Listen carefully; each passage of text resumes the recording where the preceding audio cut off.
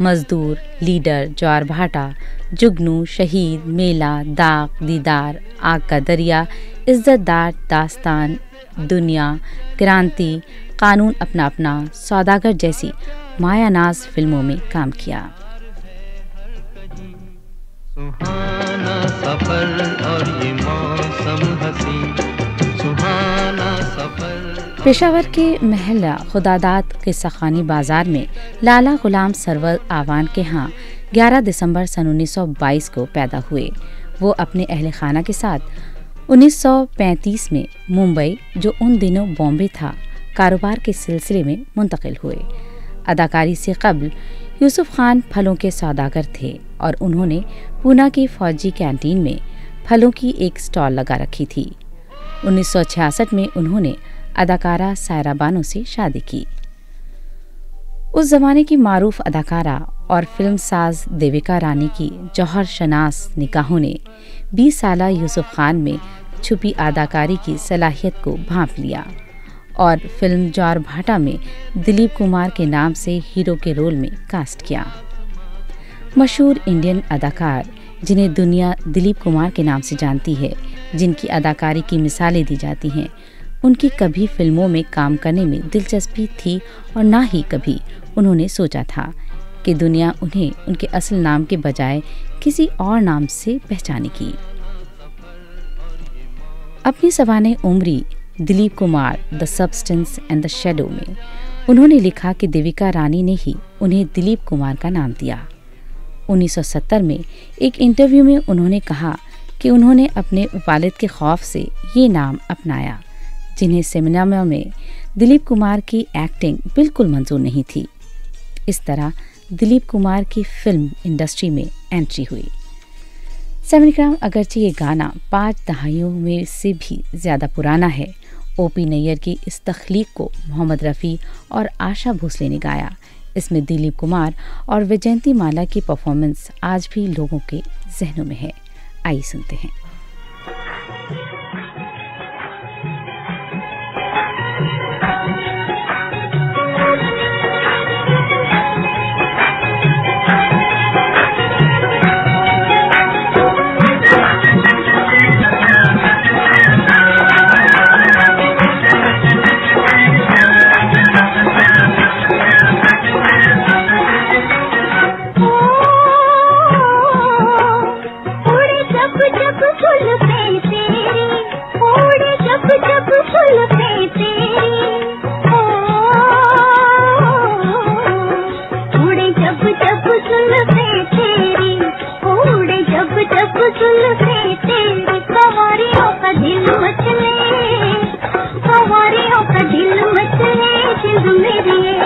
जब ऐसे चिकने चेहरे हो, जब ऐसे चिकने चेहरे, तो कैसे न नजर फिसले, तो कैसे न नजर फिसले जिंद मेरी।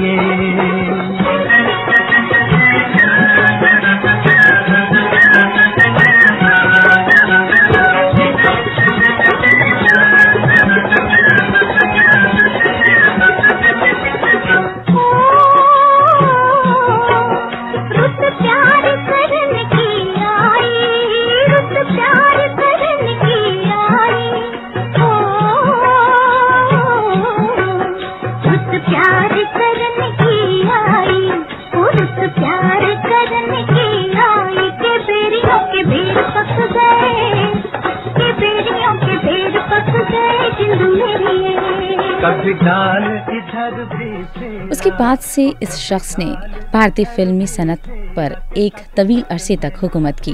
दिलीप कुमार का करियर 6 दहाइयों और 60 फिल्म्स पर मुश्तमिल है और हिंदी फिल्म इंडस्ट्री में सबसे बड़े स्टार में शुमार किए जाते हैं। 1950 की दहाई में दिलीप कुमार पहले ऐसे हीरो थे जो एक फिल्म के लिए 1 लाख रुपए मुआवजा लिया करते थे। 1960 में बड़ी बजट की फिल्म मुग़ल आज़म, जिसमें दिलीप कुमार ने शहजादा सलीम का रोल अदा किया, ये फिल्म 11 साल तक सबसे ज़्यादा कमाने वाली फिल्म बनी रही। दिलीप कुमार ने परफॉर्मेंस, ड्रामेटिक, हिस्टोरिकल और समाजी हर तरह की फिल्मों में काम किया और